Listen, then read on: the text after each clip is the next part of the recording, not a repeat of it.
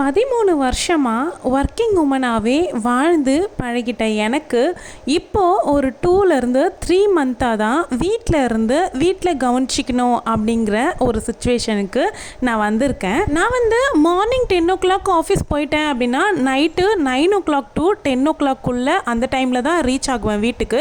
So பெருசாக க்ளீனிங்லலாம் எதுவுமே என்னால் கான்சன்ட்ரேட் பண்ண முடியாது. சண்டேஸ் ஒரு நாள் தான் வீட்டில் இருக்க மாதிரி இருக்கும்.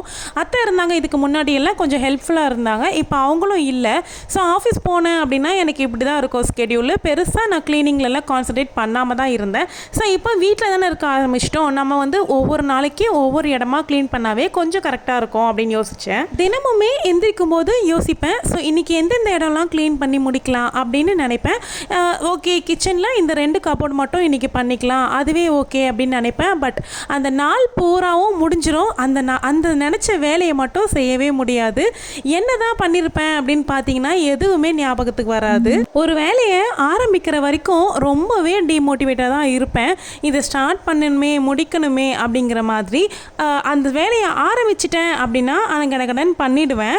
ஆரம்பிக்கிறதுக்காக தான் எனக்கு ஒரு மோட்டிவேட் தேவைப்படும். நீங்கள் அந்த மாதிரி டிமோட்டிவேட்டாக இருக்கிற டைமில் எப்படிலாம் பண்ணி நீங்கள் க்ளீனிங் ஒர்க்கை முடிப்பீங்க அப்படின்னு ஒரு டிப்ஸ் கமெண்ட்டில் சொல்லுங்கள். அது மட்டும் இல்லாமல் டைம் ரொம்பவே பிஸியாக தான் போயிட்டுருக்கு. வீட்டில் பாட்டியுமே வந்திருக்காங்க. ஒரு 2 months ஆகுது அவங்க இங்கே பாட்டி அப்படின்னா அம்மாவுடைய அம்மா தான் அவங்க. ஸோ அவங்க 85 வயசு ஆகுது. அவங்கள பார்த்துக்கிறது ஒரு குழந்தை போல் பார்த்துக்க வேண்டியதாக இருக்கும். இல்லை, அவங்களால நடக்கக்கூட முடியாது. ஸோ அதனால் அவங்கள பார்த்துக்கிட்டு குழந்தைகளையும் பார்த்துக்கிட்டு சமையல், வீட்டு வேலைகள், துணி இதெல்லாமே பண்ணுறதுக்கு டைம் பற்ற மாட்டேங்குது. இதுக்கு நடுவில் ஏதாவது ஒரு கபோர்டு க்ளீன் பண்ணணும் அப்படின்னு நினைக்கும்பொழுது கொஞ்சம் கூட ரெஸ்ட் இல்லாத மாதிரி தான் ஃபீல் ஆகுது.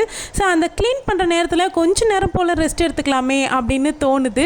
எந்திரிக்கும் போது நல்ல உத்வேகமாக இருக்கிற எனக்கு போக போக இந்த மாதிரி ஆயிடுதுங்க. கிச்சன் ஆர்கனைஸ் பண்ணுறதுக்கு நிறைய டூல்ஸ் வாங்க வேண்டியிருக்கு. ஷெல்ஃப்ஸு, அந்த ரேக்ஸு, இந்த மாதிரி நிறைய வாங்க வேண்டியது இருக்குது. ஸோ வீடு பெயிண்டிங் பண்ணலாம், இந்த இயர் பெயிண்ட் பண்ண போகிறதா யோசிச்சு வச்சுருக்கோம்.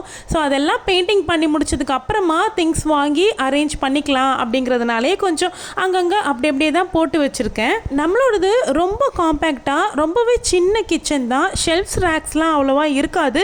டேபிள் மாதிரி வச்சு தான் நான் அரேஞ்ச் பண்ணிக்கிட்டு இருக்கேன். மே இல்லை ஜூன் இந்த டைமில் தான், ஸ்கூல் லீவு டைமில் தான் பெயிண்ட் அடிக்கலாம் அப்படின்னு யோசிச்சிருக்கோம். அதுக்கப்புறமா தான் கிச்சனை ஃபுல்லாகவே ஆர்கனைஸ் பண்ணணும். நம்மளுடைய சேனலுக்கு நீங்கள் இப்போ தான் ஃபர்ஸ்ட் டைம் வரீங்க, இப்போ தான் என்னுடைய வீடியோவை ஃபர்ஸ்ட் டைமாக பார்க்குறீங்க அப்படின்னா வீடியோ பிடிச்சிருந்தா வீடியோக்கு லைக் கொடுத்துக்கோங்க.